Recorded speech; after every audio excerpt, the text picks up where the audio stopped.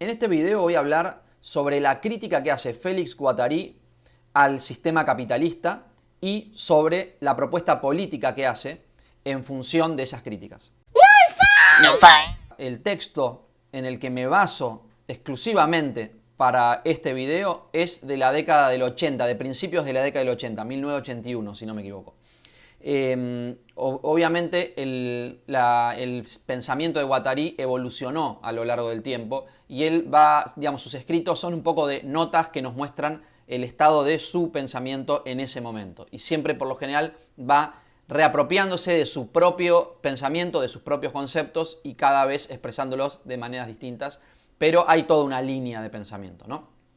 Me parecía muy útil enfocarme específicamente en este texto, ¿no? Es el Guattari de los 80.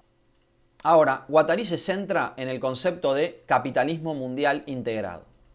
¿Y qué es esto? Bueno, básicamente es su forma de llamar al capitalismo contemporáneo. Recordemos, década del 80, o sea, lo que él veía como capitalismo contemporáneo en esa época. Vamos a ver que muchas de las cosas que dijo en principio se volvieron ciertas, digamos, son más visibles hoy, digamos, que en ese momento, ¿no? Y eso es interesante para analizar y para un poco confiar o darle crédito a la mirada crítica de Guattari.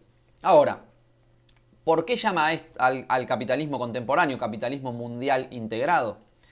En primer lugar, lo que él dice es que el capitalismo mundial, el capitalismo, digamos, ya colonizó todo el planeta, por eso lo llama mundial e integrado, en función de dos factores. Por ejemplo, que incluye territorios que antes no eran considerados como parte del capitalismo, como puede ser la Unión Soviética. En el momento que él escribió esto existía la Unión Soviética, pero podemos decir hoy Rusia, China y el tercer mundo, básicamente, ¿no? Y él agregará, digamos, para llevarlo aún al extremo y poder explicar por qué lo llama capitalismo mundial integrado, CMI le dice, dirá que ninguna actividad escapa a su control.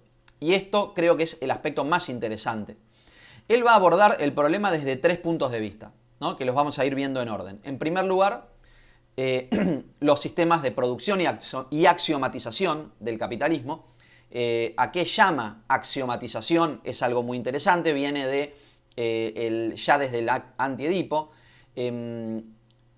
Es un concepto que, hasta donde yo, digamos, puedo intuir, le viene directamente de Deleuze, o que trabajaron en conjunto, pero que es típico deleuziano, la idea de axiomatización, que lo opone a una programática, a una forma programática de ir evolucionando y pensando los problemas.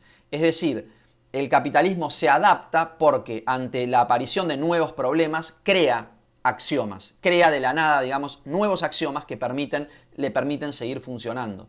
Entonces, en una programática hay un plan que existe de antemano, mientras que en la axiomática se van creando nuevos enunciados, ¿no? Nuevos axiomas que son tomados inmediatamente como válidos sin cuestionamiento y le permiten seguir funcionando. Por ejemplo, un ejemplo de esto podríamos pensar en la manera en que se adaptó la industria musical a los cambios que trajo la aparición de Internet y de la digitalización de la música, ¿no? De golpe, por la piratería y por la forma de compartir de manera gratuita música a través de Internet, una cosa a lo que la gente no quería renunciar, porque de golpe se le abrió, digamos, la puerta a poder escuchar música de manera gratuita en el momento que uno quisiera. Yo viví este cambio y fue muy fuerte porque durante la década del 90, digamos, no podía acceder a ciertos artistas porque era muy caro. En cambio, de golpe se abrió, como si te hubieran dicho, listo, se abrió la pileta y podés nadar por todos lados, podés llegar hasta lo más profundo que vos quieras, podés nadar por todo el océano, si querés, de manera gratuita. Eso fue lo que pasó. Hubo una adaptación de la cual quizás podríamos señalar a Steve Jobs como uno de los grandes artífices de ese nuevo axioma, que es el iPad y, ¿cómo se llama? El iTunes, digamos, ¿no? Como una nueva manera de volver a incorporar a la audiencia a los mercados, crear un nuevo mercado con distintas reglas, ¿no? La forma en que eso se transformó rápidamente, digamos, le deberían hacer un monumento a Steve Jobs, los de la industria musical, aunque yo siempre prefiero otras vías alternativas, pero digamos, la industria musical se readaptó y no desapareció. Cambiaron sus reglas, hay algunos que todavía añoran la antigua etapa y otros que están agradecidos porque esto incluso también supuestamente permite a los artistas, a cualquier artista llegar a la cima. Bueno, hay mucha discusión al respecto, pero lo que es clarísimo es que cambiaron las reglas. Cambiaron las reglas a través de nuevos axiomas. O sea, ahora la música no se cobra como algo que uno quiere acceder, como artículo coleccionable, es más bien un bien de uso, pero también puede pagar por descargárselo. Bueno, diferentes reglas, diferentes axiomas, podríamos decir. Entonces también eso cambia el sistema de producción, por supuesto. Es un sistema de producción constantemente en cambio. En segundo lugar, nos va a hablar de segmentaridades. Ya vamos a hablar en profundidad sobre qué significa eso. Y finalmente nos hablará de las máquinas de guerra. ¿Y qué será la máquina de guerra? Bueno, quédense porque no es exactamente lo que uno entiende cuando ve el concepto, ¿no? Es un concepto muy atractivo, es casi como, yo siempre nombro el concepto del devenir animal como algo que me atrajo en un primer momento para leer a Deleuze, porque uno escucha eso y dice, sí, ya mismo quiero ver cómo puedo devenir animal, ¿no? ¿Qué es esto de devenir animal, etcétera, ¿no? Parece algo de ciencia ficción. Lo mismo la máquina de guerra, y esto va a estar vinculado íntimamente a la revolución molecular, aunque no en la manera en la que intuitivamente tendemos como a interpretarlo, ¿no? Y quédense para ese tema que va a ser el que llegue al final. Entonces, vamos a hablar un poquito sobre sistemas de producción y axiomatización, ya estuvimos hablando un poco. En primer lugar, Guattari empieza a analizar, digamos, la forma en que evolucionaron estos sistemas de producción. Lo que va a decir es que, en principio, el capitalismo, para llegar a ser un capitalismo mundial integrado, ¿no? Y en su evolución de sus sistemas de producción, lo que hace es capturar todos los modos de actividad. Y esto es un fenómeno muy interesante porque aspectos que antes no considerábamos como económicamente viables o parte del sistema de producción van a ser incorporados cada vez más al sistema. Por ejemplo, el deporte, la cultura o las actividades domésticas, ¿no? Entonces va fagocitando, ¿no? Comiéndose y ampliándose, introduciendo cuestiones que antes estaban más vinculadas al ocio y no tanto a la productividad, ¿no? Es decir, podríamos decir, y él dice, actividades financieramente improductivas se vuelven económicamente recuperables. Y a esto le suma, y esto es interesante también por ser uno de los primeros teóricos que empieza a dar importancia a la revolución informática. De hecho, habla de revolución informática. Yo no sé cuándo se habló antes de revolución informática. Este es uno de los grandes pensadores que habla de esto, ¿no? Por supuesto, tiene influencia del gran Marshall McLuhan o de otros pensadores de la época, de las cuestiones de cibernética que ya se venían hablando desde ya de la década del 40, ¿no? Durante todo del siglo XX, pero él ya considera que se produjo la revolución informática. Se está produciendo en ese momento, porque cuando él escribe este texto están empezando a aparecer las primeras computadoras personales. O sea, ¿qué quiere decir él con revolución informática? No exactamente lo mismo que entendemos hoy. Él está realmente, digamos, abriendo en primer lugar la caja de Pandora para ver qué hay adentro, ¿no? Esto es lo emocionante de estos escritos para mí. Una de las cosas, ¿no? Básicamente lo que él va a decir es que la revolución informática acelera estos procesos. Y vaya si tenía razón, porque básicamente se digitalizó todas las actividades se digitalizaron y eso permite que hoy en día, por ejemplo, haya personajes como youtubers que en vez de ser los grandes chefs de cocina que escribían libros de cocina, nos están enseñando desde su propia casa, ¿no? La moda del youtuber, como alguien que desde su propia actividad más amateur llega a puntos por ahí de mayor masividad que los supuestos especialistas, ¿no? Entonces se desespecializa, cada persona tiene acceso al compartir su propia vida doméstica. Bueno, ahí empiezan a ver, por ejemplo, el videojuego se transforma en un deporte que el deporte ya estaba, digamos, mercantilizado, ¿no? Se mercantiliza a lo largo del siglo XX, empieza a aparecer como figura mercantil, diría yo. No tengo un análisis muy profundo de eso, pero podemos decir que hoy en día el fútbol no es lo mismo que era antes. Bueno, aún más impensable es la idea de que un videojuego pueda considerarse un deporte, y se lo considera, y no solo eso, sino que se lo mercantilizó, se generan...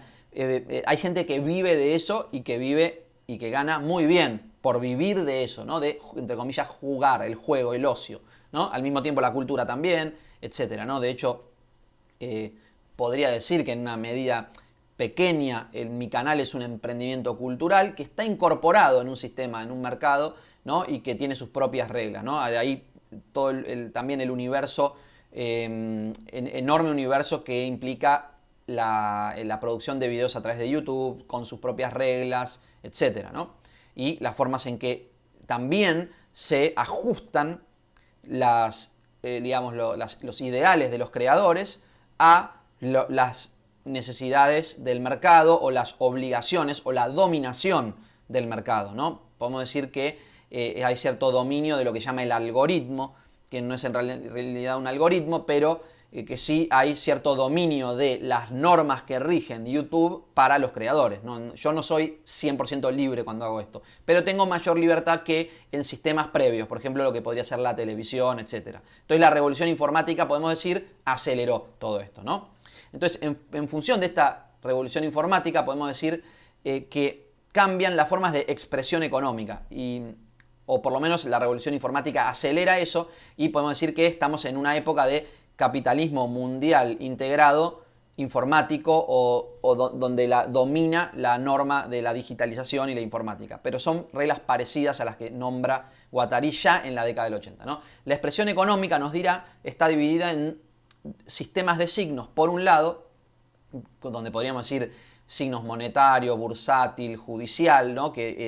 Donde ciertas normas manipulan o generan signos, ¿no? Donde el valor del dinero, el valor de las acciones, cómo se administra, digamos, el sistema monetario, el sistema económico. Ese sería por un lado. Y por otro lado, sistemas de servidores que también van a influir sobre la economía, ¿no? Sobre los sistemas de producción. Por ejemplo, las aplicaciones. Pensemos en las aplicaciones y cómo se integran aplicaciones a cuestiones económicas. Entonces uno puede decir, bueno, pero las aplicaciones son formas también de sistemas de signos. Pero lo que pasa es que las aplicaciones y sobre todo las redes sociales ya no solamente representan unos valores que existen ahí, sino que los moldean, crean nuevas formas de economía. Por eso separa Guattari a los signos que son representativos, ¿no? Representativos del sistema económico y los signos que son diagramáticos. Y diagramático, a lo diagramático le va a dar un valor especial porque lo diagramático moldea y modula, está integrado, ¿no? Lo que refiere es parte de lo que también significa. O sea, la red social al mismo tiempo se vuelve un signo y construye nuevos signos, moldea constantemente nuestra realidad, ¿no? Está constantemente modulando nuestra realidad. La aparición de nuevas aplicaciones nos cambian nuestros modos de vida. Por ejemplo, la aparición de WhatsApp cambió nuestra forma de comunicarnos, ¿no? Y entonces el software digamos, invade nuestra forma de deseo, ¿no? Nuestros deseos, nuestra alma, digamos, es moldeada en cierto sentido. La forma en que nos manejamos en el mundo es moldeada por estos software, ¿no? Por el software, estos signos diagramáticos, ¿no? Moldean nuestra forma de producir. Y por eso podríamos decir que la expresión económica cambia porque el capital se vuelve una categoría semiótica, ¿no? No refiere exclusivamente a la circulación y acumulación de bienes, como podríamos decir lo que se pensaba del capital en una época más clásica. Vamos a leer un texto, un fragmento de este texto, ¿no? Esta integración maquínico-semiótica del trabajo humano, a esto que me estaba refiriendo, implica en consecuencia que se tome en cuenta en el seno del proceso productivo la formación de cada trabajador, ¿no? Entonces el aspecto, digamos, del conocimiento del trabajador, ¿no? La forma, pero es educación, pero también educación a través de un montón de formas de educar. Por ejemplo, las redes sociales como modos de educación también, ¿no? De formación, ¿no? La formación de cada trabajador, no solo en el ámbito de sus saberes, ¿no? Lo que llama el capital de conocimiento, etcétera, que está muy de moda hoy en día también, sino también en el conjunto de sus sistemas de interacción con la sociedad.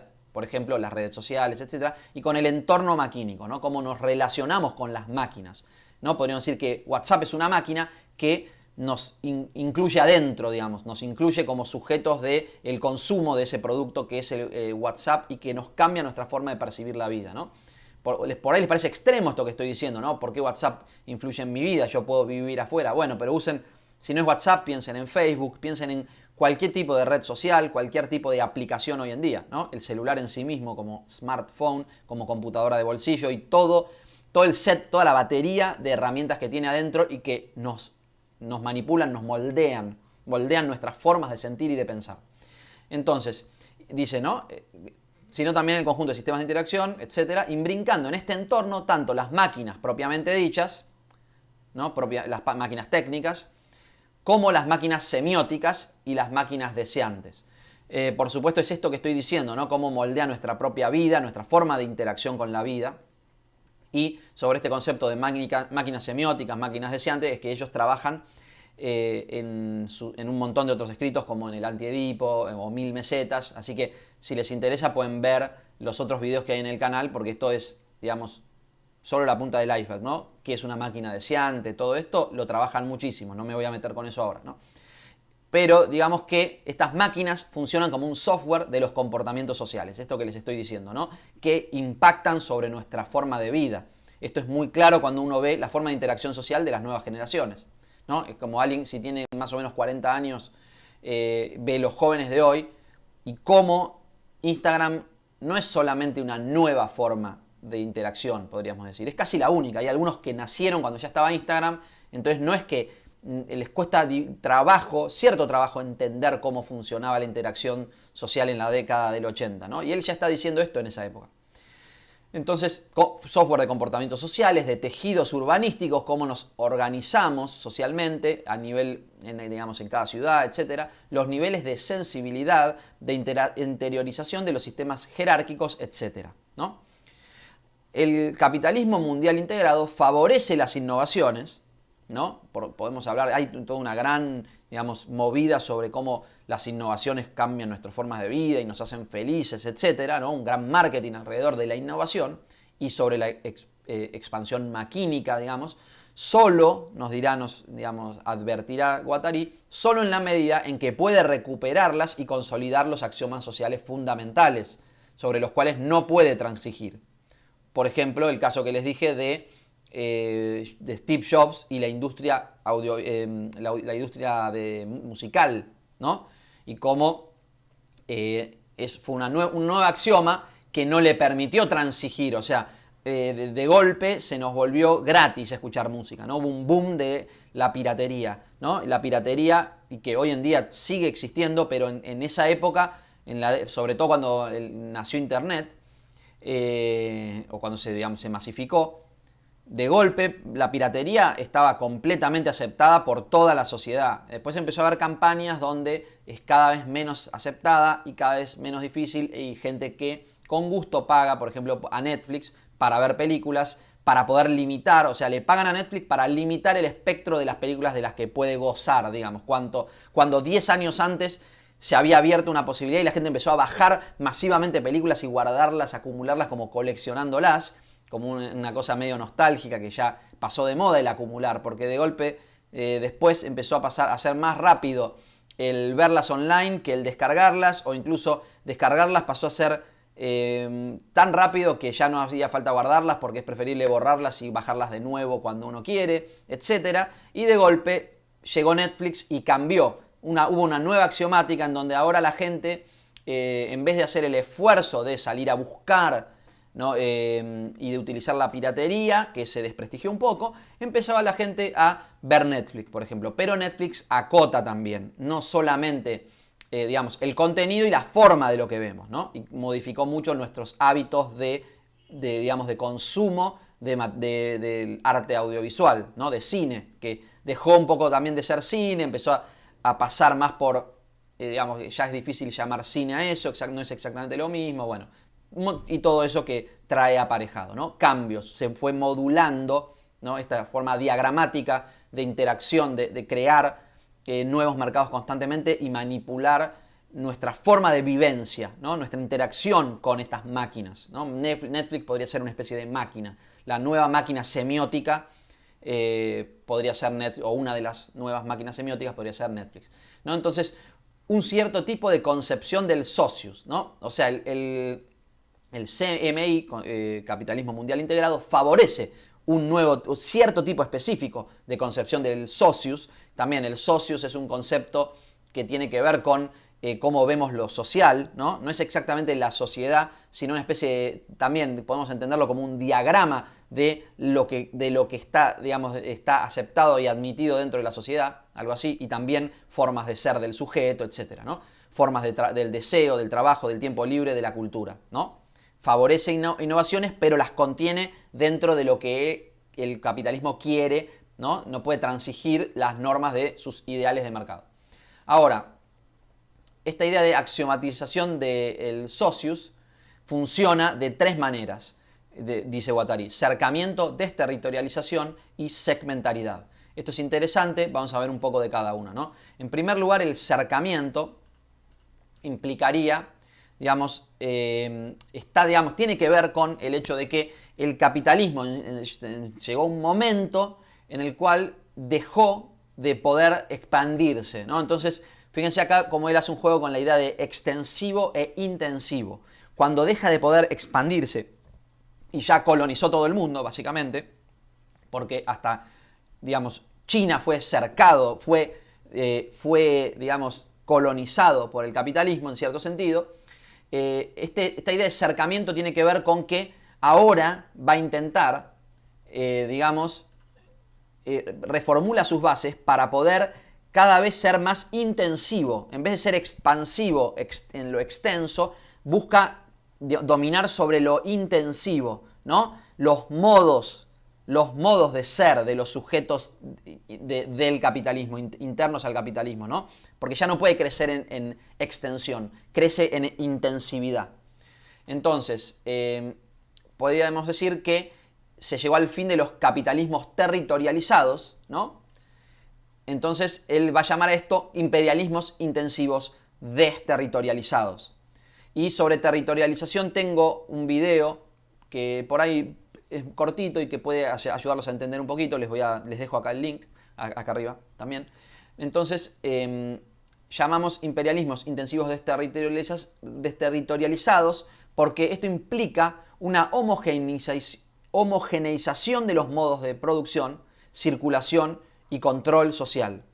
Ahora, esta homogeneización es básicamente este cerco que se establece a la enorme cantidad de posibilidades que las innovaciones pueden traer, ¿no? Entonces, en el mundo actual, en el capitalismo actual, estamos constantemente previendo que van a haber innovaciones que van a abrir ese cerco, pero inmediatamente el capitalismo y de manera automatizada va a crear nuevos axiomas que van a cercarnos, ¿no? Siempre está asediándonos el cerco del capitalismo y siempre hay una dinámica con lo que está afuera y entonces siempre de golpe se abre un poco ese cerco y después el capitalismo lo fagocita. Así funciona para Guattari.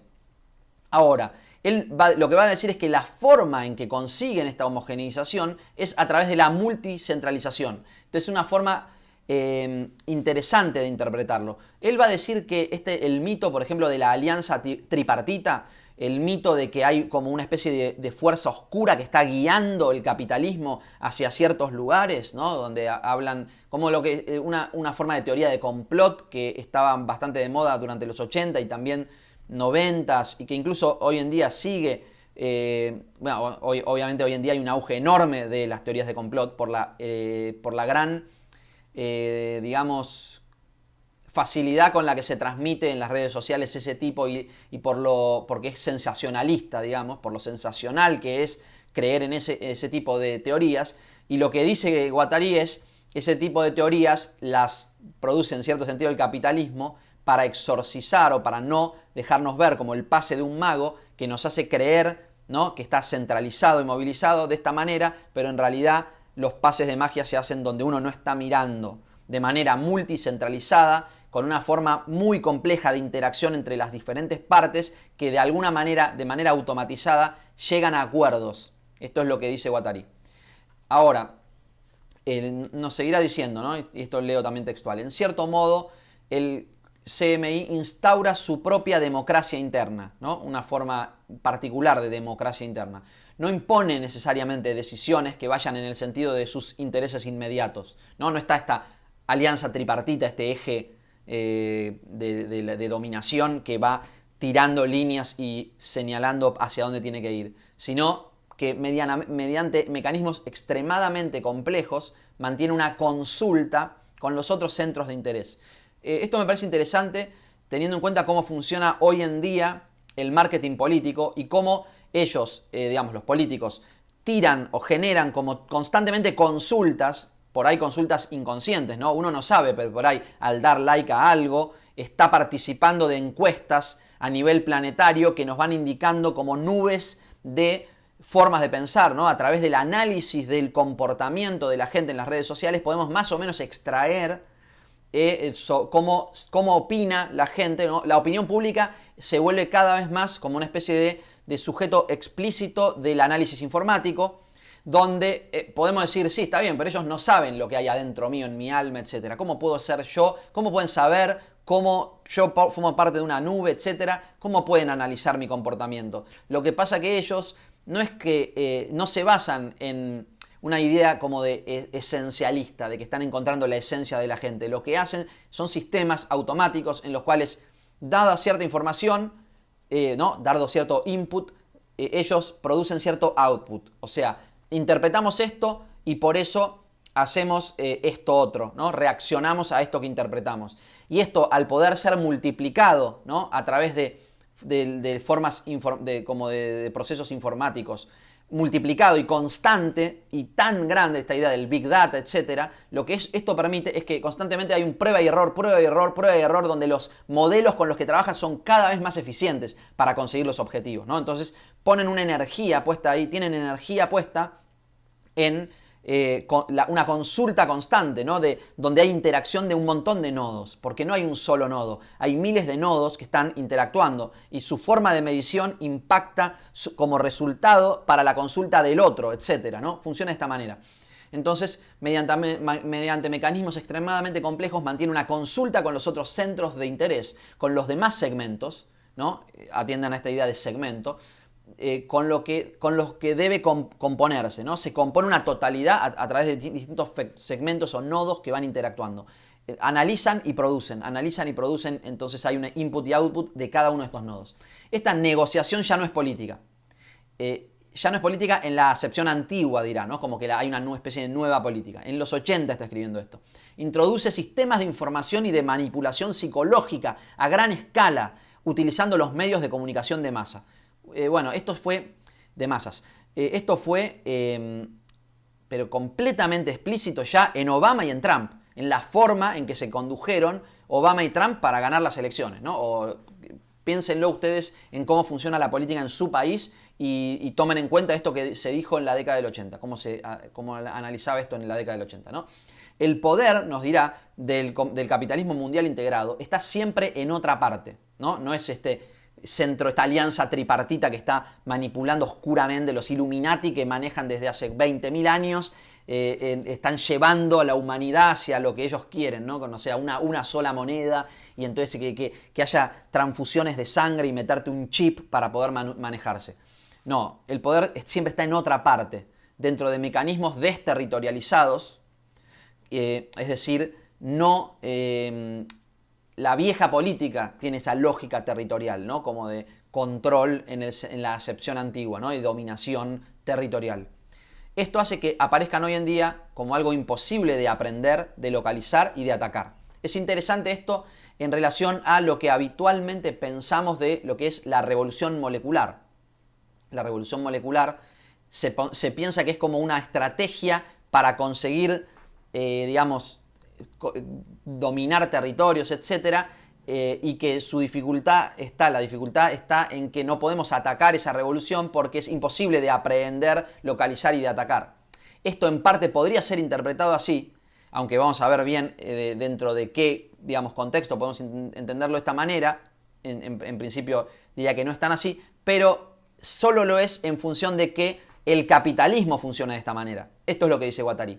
El capitalismo, o sea que si uno dice, no, hay que atacar a estos porque actúan de esta manera y esta manera es muy peligrosa, sepan que en realidad la teoría lo que dice es que justamente son los mismos actores que están temiendo la revolución molecular los que actúan de esa manera. Y la revolución molecular sería en cierto sentido una forma de reacción ante eso.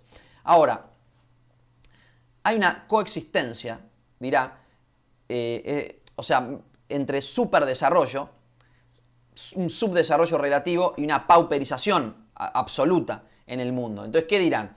Sí, puede existir, o sea, este capitalismo mundial integrado, incluso él dice, quizás con el avance y a través del tiempo, el capitalismo mundial integrado llegue a un estado de bienestar completo, dirá, ¿no? Puede ser, eso es una posibilidad, pero no la única. Entonces, lo que propone Guattari es justamente formas de asegurarnos de que caigamos en algún tipo de sistema de bienestar mejor organizado que el que está actualmente. Entonces, lo que él señala es que hoy en día, si bien esto podría llegar a algo mejor, hoy en día están conviviendo, ¿no? Hay una coexistencia de zonas de superdesarrollo, ¿no? Lo cual les permite a ellos hablar de progreso social, ¿no? De que hay países donde hubo progreso social, podemos decir. Zonas de subdesarrollo relativo, por ejemplo, creo que mi país podría ser pensado en ese sentido, en Latinoamérica en general, o incluso zonas de completa pauperización, ¿no? Donde hay exterminio mediante como formas de trabajo que son básicamente destructivas con la gente, ¿no? Él habla de Camboya en ese momento, como una zona así, ¿no? Como un lugar de explotación absoluta. Entonces, lo que él dice es que hay una segregación acondicionada a escala planetaria, ¿no? Como que estamos segregados, separados en estos distintos fragmentos que están coexistiendo. Pero también nos va a decir que el capitalismo mundial no solo interviene a escala mundial, sino también en los ámbitos más personales, ¿no? Y ahí llegamos a lo que él llama la segmentaridad.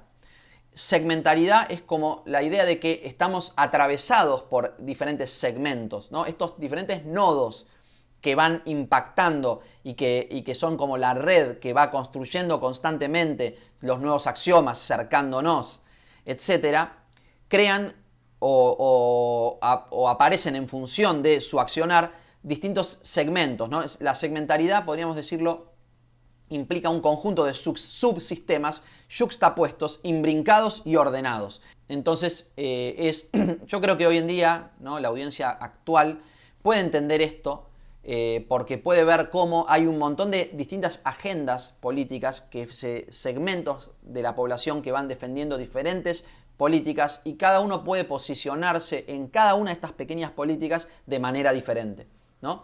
Esto lo voy a trabajar más en un video que voy a hacer a posteriori sobre el capítulo llamado micropolítica y segmentaridad, ¿no? Esto tiene que ver con el concepto de micropolítica, que lo voy a trabajar por separado. Ahora, lo que va a decir Guattari es que esta segmentaridad existe como segmentaridad transnacional. Él va a describir también una segmentaridad europea y también una segmentaridad molecular. Ahora, transnacional, lo que él va a decir es que ya no existen las antiguas determinaciones, diferencias entre el norte y el sur, el este y el oeste, ¿no? Cuando él está escribiendo esto, la Unión Soviética todavía existe. Quizás a causa de esta digamos, depreciación de estos conceptos de diferencia entre este y oeste o norte y sur, es que cayó la Unión Soviética. Quizás haya sido en parte a causa de que el capitalismo mundial directamente colonizó todo el planeta. No me meto mucho con eso, pero lo que él dice es que las contradicciones internacionales hoy en día ya no se organizan como antes, se organizan entre sí, se cruzan desarrollando combinaciones complejas, que no se resumen en sistemas de ejes, este-oeste, norte-sur, nacional-multinacional. Por ejemplo, esta idea del eje del mal, ¿no? Eje del mal, eje del bien, que se puso de moda a principios de los 2000, era una forma como arcaica de entenderlo. Y de hecho fue una forma transicional, porque lo que intentaban hacer es... bueno, no me quiero meter tanto con eso porque no soy experto en absoluto, pero desde mi punto de vista intentaban interiorizar al enemigo, ¿no? Donde ya no hay ejes en realidad, aunque se usaba esta idea del eje del mal de algunos países y que todavía sigue existiendo, en realidad hay complejos. Si ustedes recuerdan el análisis que ofrece Michael Moore sobre la relación de los Bush con la industria petrolera, nos hace entender que ya no es solamente una cuestión de buenos y malos, ¿no? Sino que hay como una combinación muchísimo más compleja. Ahora, en relación a Europa, lo que dice Guattari es que Europa evoluciona hacia un nuevo sistema de democracia autoritaria. Es interesante ver en el auge de hoy en día de políticas como más duras, más hacia una derecha más dura en algunos países europeos y sobre todo en cómo lo que él dice es que se van a fusionar modos de democracia que antes eran percibidos como del otro lado de la cortina de hierro, digamos, como Rusia, como modelo de tipo de democracia diferente, empieza a aparecer en otros países. Bueno, digamos que eso es lo que dice Guattari en la década del 80, ¿no? Europa va a evolucionar hasta sistemas democráticos más autoritarios. Ahora, finalmente, llegamos al aspecto molecular, ¿no? La segmentalidad molecular se refiere a las luchas relativas a las libertades que podríamos agrupar como junto a las del deseo, dice, ¿no? Los cuestionamientos de la vida cotidiana, del medio ambiente, etc. Este tipo de segmentalidad de la que estábamos hablando cuando decíamos que de golpe esta idea del deseo, por ejemplo, a lo que atañe a la elección sexual, ¿no? Cuestionamientos de la vida cotidiana, de cuestiones del machismo, de la raza, pero también del veganismo, todo este tipo de pequeñas luchas por libertades específicas, ¿no? Que están vinculadas a la producción de enunciados del deseo, nos va a decir Guattari, ¿no? Ahora, esto de molecular, por supuesto, tiene una importancia enorme. Quizás ustedes ya estén familiarizados con el concepto de molar y molecular. Si no, pueden ver el video que yo hice al respecto. Es bastante largo para poder explicarlo, pero tiene que ver con esto, ¿no? Con esta micropolítica, un entendimiento más micro de la política y no tan molar, que sería la política a gran escala, macro, ¿no? Entonces, esto que dice las luchas relativas a las libertades, que podríamos agrupar junto con las del deseo, los cuestionamientos de la vida cotidiana, del medio ambiente, etc., ¿no? Volviendo a eso. Ahora, nos dirá Guattari que a falta de una estrategia global, estas reivindicaciones, ¿no? Pequeñas reivindicaciones, darán pie cada vez más hacia su propia recuperación. Esto es interesantísimo lo que dice. Lo que va a decir es que van a ser como segmentos del mercado, van a ser incorporados, fagocitados, ¿no? Entonces, ahora podemos decir que hay un mercado. Yo me acuerdo que cuando estaba la pelea por la cuestión de la interrupción del embarazo, digamos, esa palabra no se debe decir en YouTube, al parecer. Me acuerdo que una vez salí a caminar, yo vivía muy cerca del Congreso, donde había muchas manifestaciones, y había una señora que estaba vendiendo, ¿no? Tenía ahí una vendedora ambulante que tenía como 6 pañuelos diferentes, ¿no? Uno naranja, uno verde, uno celeste. No me acuerdo ya qué otros colores había, pero había más.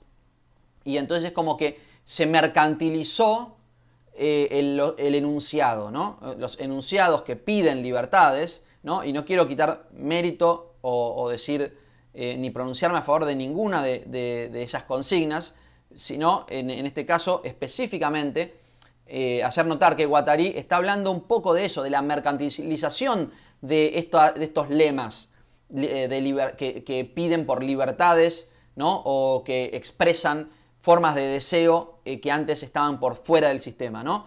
Se volvieron parte del sistema, o es lo que él dice, cada vez más van a ser recuperados, incorporados a formas de capitalismo. Yo creo que es, en cierto sentido, patético la forma en que se espectacularizó la lucha por el feminismo, por ejemplo, ¿no? Y cómo se reduce muchas veces el mensaje feminista a lemas del mundo del espectáculo.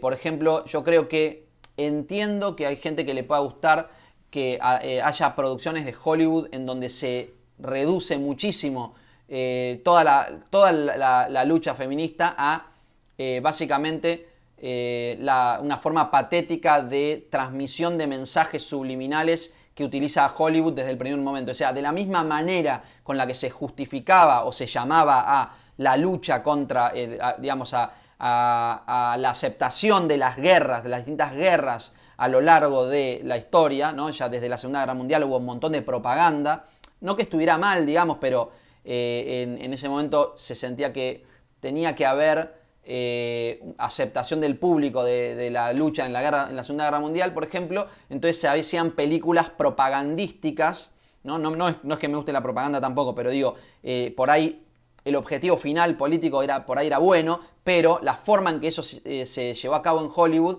implicó una reducción de la potencia creativa del cine, ¿no? O sea, básicamente se volvió publicitario, se volvió propagandístico el cine, en muchos casos simplificando y reduciendo las capacidades creativas del cine, ¿no? Entonces hoy en día pasa lo mismo, ¿no? Las mismas herramientas que se utilizaban para defender tales o cuales valores se utilizan para defender los nuevos valores.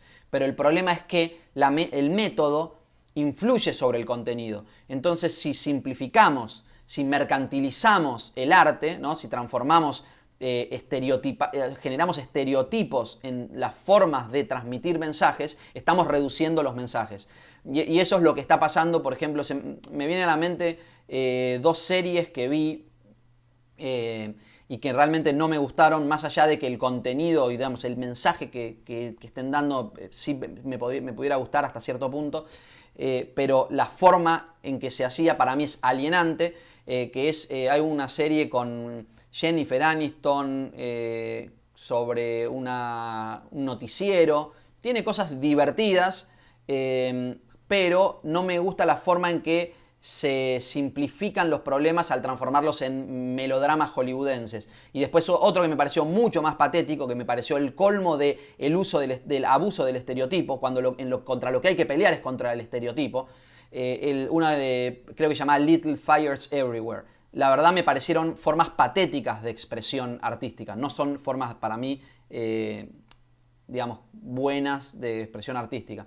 Y esto es solo una nota de gusto personal, ¿no? No quiere decir que no se puedan hacer o que no puedan, digamos, hacerse esfuerzos propagandísticos por las luchas que uno quiera tener. No quiero decir eso, pero sí lo que quiero decir es que mediante estos nuevos axiomas se incorporan y se utilizan las viejas metodologías para nuevas consignas. Y las viejas metodologías son formas reaccionarias y conservadoras de producir arte. No son formas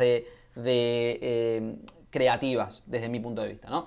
Entonces, lo que dice Guattari es: no conducirán jamás por sí mismas a una verdadera transformación social.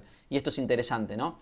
Lo que va a decir es, sin embargo, o sea, en la subjetividad consciente e inconsciente de los individuos y los grupos sociales no dejarán de aparecer mutaciones de consecuencias imprevisibles. Es decir, sí, nuevas formas de deseo son mutaciones. Por ejemplo, en cierto sentido, el feminismo es una mutación, ¿no? En un sistema que, como se puede llamar, patriarcal, la idea del feminismo implica una mutación, porque dentro de un sistema que reprime esas formas de pensamiento, o por ejemplo en la sociedad feudal religiosa, pensamientos como anti-escolásticos, como los de Descartes, son pequeñas mutaciones del deseo, ¿no? Descartes se para y dice: voy a dejar de lado la autoridad y voy a, entre comillas, pensar por mí mismo, o por lo menos eso es lo que él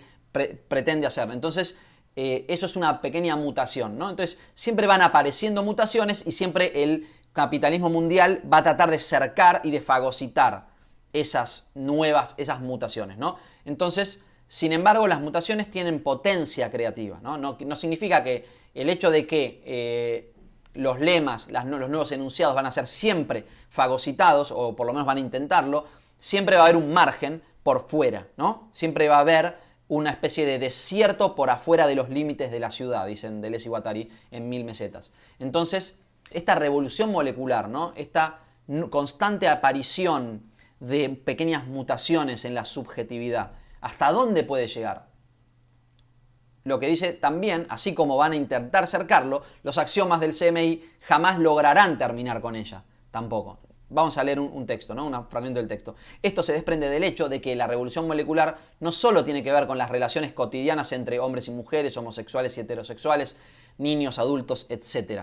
Interviene también y ante todo en las mutaciones productivas en cuanto tales, Fíjense cómo esta mutación productiva, por ejemplo, que la Internet trajo con la piratería, por ejemplo, ¿no? La piratería como una mutación por fuera del sistema. De golpe hay algo que aparece dentro del sistema que tiene una potencia, digamos, destructiva para el mismo sistema, ¿no? La piratería, por ejemplo, ¿no? En contra del mercado, etc. Y cómo estos axiomas van a querer todo el tiempo volver a incorporar y crear un nuevo sistema, reformular sus bases constantemente. La revolución molecular, ¿no? O sea, interviene ante mutaciones productivas en cuanto tal, ¿no? La revolución molecular está llevando a cabo este tipo de mutaciones. La revolución molecular es portadora de coeficientes de libertad inasimilables e irrecuperables por el sistema dominante. Por ejemplo, dentro de este acercamiento que hubo a través de iTunes y a través de las nuevas reglas de mercado musical, sin embargo, todavía están disponibles estas mutaciones, estas nuevas energías, ¿no? Existen como formas aleatorias y que como potencia ahí disponible, como energía disponible para los sujetos, ¿no? Esto no significa que dicha revolución sea automáticamente portadora de una revolución social capaz de dar a luz una sociedad, una economía y una cultura liberadas del capitalismo mundial integrado. Es decir, volvemos sobre lo mismo. La revolución molecular implica, es decir, las nuevas mutaciones, nuevas formas de deseo que aparecen en la sociedad y las nuevas máquinas que permiten reapropiación de ciertos sistemas o nuevas formas de entender y de vivir nuestra vida. Sin embargo, esto no asegura completamente que va a surgir una nueva sociedad. De hecho, dice, ¿no fue acaso una revolución molecular la que sirvió de fermento al nacionalsocialismo? O sea, lo que está diciendo es, el fascismo es una revolución molecular. Y el nazismo surge a través de cambios, mutaciones abruptas en las formas de subjetividad, ¿no? Entonces, no nos asegura la revolución molecular. No es que él está diciendo, salgamos a hacer una revolución molecular porque esto nos asegura una nueva sociedad que es mucho mejor para todos. No. Tiene que haber un cuestionamiento constante de las formas, ¿no?, de estas mutaciones. Tiene que haber un trabajo constante sobre esas mutaciones. Y en parte esto es lo que él llama la máquina de guerra, ¿no? La máquina de guerra es habitualmente mal interpretada, ¿no?, como una forma, digamos, como agrupaciones terroristas que quieren cambiar la sociedad, ¿no?, como una especie de anarquismo generalizado y descentralizado. Pero en realidad el capitalismo en sí es visto un poco de esa manera, ¿no? Y no es un llamado al terrorismo, o sea, de ninguna manera, ni siquiera un llamado a la violencia. De hecho, implica la coexistencia pacífica entre diferentes modos nuevos de ser en sociedad, entre diferentes estas mutaciones, ¿no?, que en algunos casos pueden ser positivas y en algunos casos pueden ser negativas. Entonces implica un aparato crítico, necesita de un aparato crítico, que es lo que él llama, en cierto sentido, lo que ellos llaman el esquizoanálisis, pero eso obviamente en otro video. Ahora, la máquina de guerra la podríamos definir, o creo que ellos la definen en cierto sentido como una potencia de metamorfosis, ¿no? O también lo podríamos llamar como la ciencia de los nómades, ¿no? Este aparato crítico nos va a permitir entender la existencia de una nueva ciencia, no una ciencia de lo estático, sino una ciencia de lo en movimiento constante, ¿no? Por eso, potencia de metamorfosis y ciencia de los nómades, no máquina de terrorismo. De hecho, él hace una crítica a los movimientos de izquierda de ese momento, diciendo, a su manera, cada uno de estos movimientos está dispuesto a explotar los nuevos movimientos sociales, estas nuevas emergencias de nuevos deseos, que se han desarrollado desde la década del 60, pero nadie plantea el problema de forjar instrumentos de lucha realmente adaptados a estos movimientos, ¿no? Y estos instrumentos de lucha implican esta capacidad crítica, ¿no? Capacidad constructiva, no solo destructiva. En cuanto se trata de entrar en este universo vago de los deseos de la vida cotidiana, de las libertades concretas, una extraña sordera y una miopía selectiva aparecen en los portavoces oficiales. Está hablando de grupos en general, en este específicamente de grupos de izquierda, pero también la crítica se dirige a tanto a la izquierda, a la derecha, a todas las organizaciones militantes, ¿no? Para que se tenga en cuenta que esta máquina de guerra como instrumento sano de búsqueda, de adquisición de, digamos, una mejor sociedad, implica y requiere de una crítica de la forma en que se hace política hoy en día, incluso la forma en que se hace en los extremos, porque uno tiende a pensar que los revolucionarios siempre van a defender las acciones del extremo, ¿no? Por ejemplo, yo soy de izquierda, entonces voy a defender el accionar de la extrema izquierda. Y eso no es necesariamente así. Esto es una crítica a la forma en que se hace política en ese momento. Ahora, él va a decir, todo el problema reside en el que estas organizaciones son asimilables en mayor o menor grado a los equipamientos del poder, ¿no? Están en función del poder. Aunque no lo sepan, digamos, ¿no? Con independencia del hecho de que aquellos que las animan se declaren de derecha o de izquierda. Funcionan con el mismo sentido del conformismo, ¿no? El conformista que acepta todo, acepta la realidad tal cual le está dada, ¿no? Ocupa los lugares que el capitalismo le está dejando dar. De hecho, él dice, trabajan al objeto de que los procesos moleculares entren en conformidad con las estratificaciones molares, ¿no? Las estratificaciones globales. Y en este sentido es interesante la crítica que le hace la extrema derecha a los movimientos, digamos, de globalización. ¿Por qué? Pero el problema ahí es que la respuesta que ellos quieren dar es, como hay gente que opera, hay un lobby verde, podríamos decir, ¿no? Para sacar de lado la cuestión feminismo y eso, hay un lobby verde, ¿no? A todos nos gusta lo verde, ¿no? Que no se destruya el planeta. Pero sí, hay un lobby verde, ¿no? Entonces, y esto sirve a unos intereses y todo, porque quieren hacerse ricos a costa de tal cosa o tal otra, ¿no? Obviamente, lobbies de todo tipo. Entonces, pero eso no quiere decir que debamos volver atrás y decir, conformemos una sociedad conservadora para evitar el lobby verde, etc. No. El aparato crítico tiene que mirar desde afuera, ¿no? Y entender la izquierda y la derecha como un sistema que está de alguna manera integrado y que está vinculado a esta idea del capitalismo mundial integrado. Entonces, trabajan al objeto de que los procesos moleculares, ¿no? Lo micro entre dentro de lo macro y global. Y con esto no se refiere exclusivamente a globalismo, sino, o sea, no solo a los movimientos progresistas, sino también a los movimientos derechistas, digamos, que quieren un orden conservador, más territorial, etc. La verdad es que el sistema del CMI se alimenta precisamente de este tipo de equipamiento de poder. Las economías occidentales no podrían funcionar hoy en día sin los sindicatos, los comités de empresa, las mutuales, los partidos de izquierda y quizás también los grupúsculos de extrema izquierda. O sea, está diciendo, incluso la extrema izquierda, que funciona supuestamente de los márgenes tirando molotov al sistema, están al servicio de ese sistema. Eso está textual de Guattari, lo que dice acá, ¿eh? Toda clase de manifestaciones simbólicas o violentas, dice, seguirán animando la actualidad, ¿no? Van a aparecer un montón de manifestaciones, tanto simbólicas como manifestaciones violentas, ¿no? Pensemos en el hoy en día. Pero nada de ello nos acercará a un verdadero proceso de transformación revolucionaria.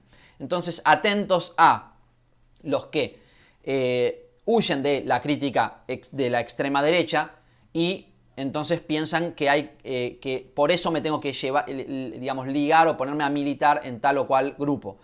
Hay que tener una conciencia crítica constante. Lo que él llama es a esto, ¿no? A entender mejor las formas de transformación revolucionaria, ¿no? Ahora, ¿qué significa esta transformación revolucionaria? No se debe entender como la toma del poder para construir un nuevo sistema, ¿no? Porque eso sería una forma programática de entenderlo. Entonces, ¿a qué se refiere? Va a decir, digamos, las contradicciones, ¿no? Estos nodos diferentes, los diferentes intereses, sus contradicciones, sus antagonismos, no deberán ser resueltos ni por una dialéctica imperativa, ¿no? Es decir, de la forma en la que tradicionalmente se entendía la dialéctica como la lucha de clases, debemos tomar el poder, revolución como la dictadura del proletariado, ese tipo de lemas, ni por aparatos de dirección que los dominen y opriman. O sea, obviamente tampoco por formas como de despotismo ilustrado, o lo que él está proponiendo es una forma que podríamos llamar una especie de pluralismo extremo, ¿no? Molecular, ¿no? Algo así. Lo que él dice es que debe haber respeto de la autonomía y de la singularidad de cada uno de sus segmentos, ¿no? Esa es la única forma. Entonces también esto me parece vale para las formas de entendimiento como búsquedas de poder, como forma de construcción de hegemonía, ¿no? Porque entonces la hegemonía lo que va a hacer es aprovechar los diferentes segmentos y utilizarlos, integrarlos para un fin centralizado. Y esto no es lo que propone Guattari. De hecho, lo que está pidiendo es que se defienda la singularidad y la heterogeneidad. ¿Qué quiero decir con esto? ¿O qué quiere decir con esto? Singularidad es, digamos, aquello que lo hace único, ¿no? Y la heterogeneidad, aquello que lo hace distinto. Entonces, respeto a eso están pidiendo. Esto es difícil, exige un esfuerzo de la imaginación. Y es interesante que se lea la obra de Deleuze y Guattari desde este punto de vista y con esta apertura mental para poder imaginar un nuevo sistema y no para pensar que está describiendo uno actual, ¿no? Está abriendo la puerta hacia una forma diferente de entender el mundo. Y dice algo interesante, es importante que no comporten ninguna sistemocracia. O sea, el marxismo tradicional sería una sistemocracia, cuando uno dice debemos hacer la revolución para establecer una dictadura del proletariado para poder llegar a el Estado comunista, pongámosle, ¿no? Por decir algo muy reductivo, ¿no? No quiero decir que sea exactamente esto, ¿no? El marxismo aparte tiene miles de variantes, etc. Pero lo que está diciendo es la sistemocracia, es decir, cualquier lema o programa que diga tenemos que llegar a este sistema, no sirve, o sea, no implica una transformación revolucionaria o no es la transformación revolucionaria que él está proponiendo, ¿no? Entonces, atención a esto, porque, de nuevo, exige una capacidad de imaginación, un salirse de lo que estamos habitualmente, a lo que estamos habituados a hacer. Entonces dirán, muchos de aquellos que han experimentado el carácter pernicioso de las formas tradicionales de la militancia, es decir, muchos de ustedes que seguro vieron cosas malas de los militantes, ¿no? De hecho, muchas veces se habla de militontos como una crítica a formas de militancia en la que se reproduce de manera casi sin pensar algunos lemas, la idea de la bajada de línea, toda la crítica que se puede hacer a los sistemas de militancia, nos dice, muchos de aquellos que han experimentado el carácter pernicioso, es decir, esas cosas malas que uno ve de la militancia tradicional, se contentan hoy con reaccionar de manera sistemática a cualquier forma de organización e incluso frente a cualquier persona que pretenda asumir la presidencia de una reunión, la redacción de un texto, etc. Es decir, esto sería una especie de crítica o le está hablando a formas de anarquismo extremo, ¿no? Cualquiera que vio cómo se conducen los militantes, cómo la forma en que se hizo política durante el siglo XX, digamos, seguramente como el que se quema con leche ve la vaca y llora. Bueno, incluso, por ejemplo, la gente que fue sometido a la propaganda, no solo propaganda política, sino también propaganda religiosa, ¿no? Hay gente que vivió propaganda religiosa, entonces entiende mecanismos de dominio, digamos, o de lavado de cerebro y que cuando, digamos, ve la vaca y llora, podríamos decir, ¿no? Entonces cualquiera de esas personas va a estar completamente en contra de cualquier cosita que le suene a autoritarismo, ¿no? A autoridad. Es una reacción contra la autoridad, una forma como extrema de anarquismo, ¿no? Un anarquismo, no lo que quiere decir realmente anarquismo, sino lo que habitualmente piensa la gente en común cuando uno dice anarquismo, digamos, ¿no? Esa idea de anarquía absoluta, etc. Desde el momento en que la preocupación principal y permanente ha pasado a ser la de una auténtica confluencia entre las luchas globales y moleculares, el problema de la construcción de organismos, no solo de información, sino también de decisión, se plantea bajo una nueva luz. La nueva metodología de entender cómo generar una transformación en la sociedad responde a métodos radicalmente distintos, ¿no? De los utilizados tanto por los socialdemócratas como los bolcheviques. Es decir, no son programáticos, sino son diagramáticos. Entonces volvemos a este concepto de diagrama desde el principio, en donde lo diagramático, hay un concepto también muy interesante en el último Guattari, en el Guattari de los últimos escritos, que es el de metamodelización esquizoanalítica. Entonces, bajo el aparato crítico, que sería el esquizoanálisis, que es complejo de explicar, pero que es la forma crítica de entender la realidad que plantea Guattari, bajo esa forma se crea en vez de construir modelos, por ejemplo, lo que sería el programa político, ¿no? Por ejemplo, la sociedad La república es un modelo programático, la sociedad por ahí comunista es un modelo programático. En cambio, lo que él está proponiendo es una metamodelización, es decir, que no se construye en cuanto a decidir un modelo, sino a construir un proceso de decisión constante, ¿no?, de modelos. Y eso es lo que se refiere con diagramático. Es decir, algo diagramático es algo que, una especie de supermodelo o metamodelización que no trabaje sobre aspectos específicos de la sociedad que hay que construir instituciones, sino que sea una constante renovación de los modelos, ¿no? Una renovación, una actualización constante de los modelos que van construyendo nuestra sociedad. Entonces es una forma de ir de abajo hacia arriba y de arriba hacia abajo, donde no hay un programa, sino utiliza los medios, ¿no? O sea, el modelo o metamodelo, podríamos decir, ¿no?, diagramático, ¿no?, modelo metamodelo, ¿no?, modelo diagramático en tanto que metamodelo. En realidad lo que nos está diciendo es: presten atención a las formas de decisión, presten atención a aspectos positivos del modelo del capitalismo mundial integrado. Y esto es interesante. Es interesante también en cuanto a cómo podemos comparar el vínculo de Marx con el capitalismo y la forma en que él ve el capitalismo como una superación, etc. De la misma manera, él nos está diciendo, para la construcción de algo alternativo al capitalismo mundial integrado, debemos ver cómo ellos, para seguir con una tradición de Deleuze y Guattari, cómo ello utiliza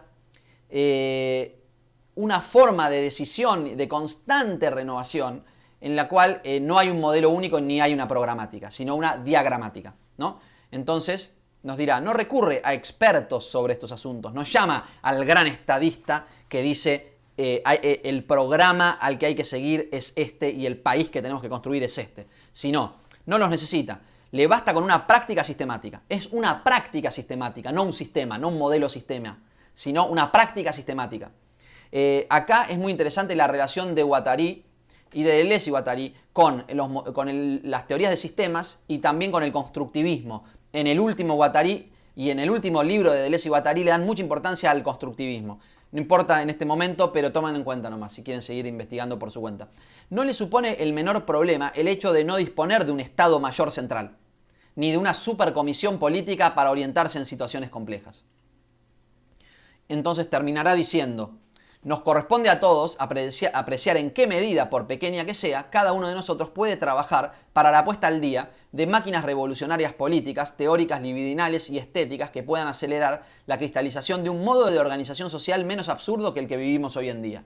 Entonces, termina diciendo, por un lado, miremos al capitalismo, veamos cómo funciona y aprendamos de la forma, del aspecto eficiente de su funcionamiento y construyamos algo que nos aleje de él, pero tomando en cuenta sus aspectos positivos tanto como los negativos. Y termina diciendo, digamos, cada uno de nosotros puede actuar, las prácticas micropolíticas pueden, es decir, esto es en una postura que es considerada por lo general ingenua. Desde casi cualquier postura política se considera que esto es ingenuo, que implicaría una especie de forma utópica en la que si uno actúa de tal o cual manera no impacta en nada sobre el futuro de la política.